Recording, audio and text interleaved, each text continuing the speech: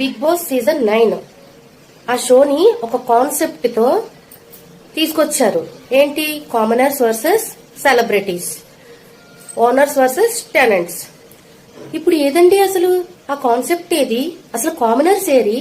వరుసగా కామనర్స్ ని తీసుకొచ్చినట్టే తీసుకొచ్చి ఒక్కొక్కరుగా బయటకు పంపేశారు. ఉన్న ఒక్క సూపర్ దమ్మున్న కంటెస్టెంట్స్ ఆ దమ్ముని కూడా పథకం ప్రకారం తీసేశారు. ఇప్పుడు ఉన్న వాళ్ళందరూ సెలబ్రిటీసే కదండి.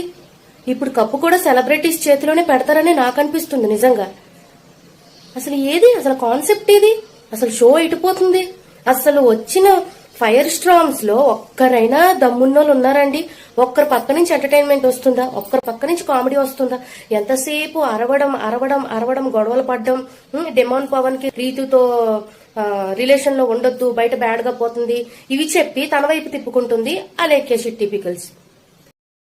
బిగ్ బాస్ షో అయితే బంద్ చేయాలని చాలా మంది అయితే ఫైట్ చేస్తున్నారనమాట. కంప్లైంట్ కూడా ఫైల్ అయిందంట. ఒక సిస్టర్ అయితే ఇందాక మాట్లాడుతున్నారు షో మీద. నాకైతే చాలా బాగా నచ్చింది.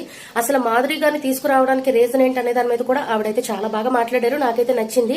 కానీ బిగ్ బాస్ షో బంద్ చేస్తే ఇష్టపడే వాళ్ళు, బిగ్ బాస్ షో లేకపోతే మంచిది అనుకునే వాళ్ళు 40% మంది అయితే, ఉంటే మంచిది అనుకునే వాళ్ళు 80% మంది ఉన్నారు. నిజంగా చెప్తున్నాను. ఎందుకంటే రివ్యూస్ వల్ల గానీ, ట్రోల్స్ వల్ల గానీ, మీమ్స్ వల్ల గానీ బిగ్ బాస్ ద్వారాగే చాలా మంది అయితే యూట్యూబ్ లో. సో మీరేమంటారు? కామెంట్ చేయండి.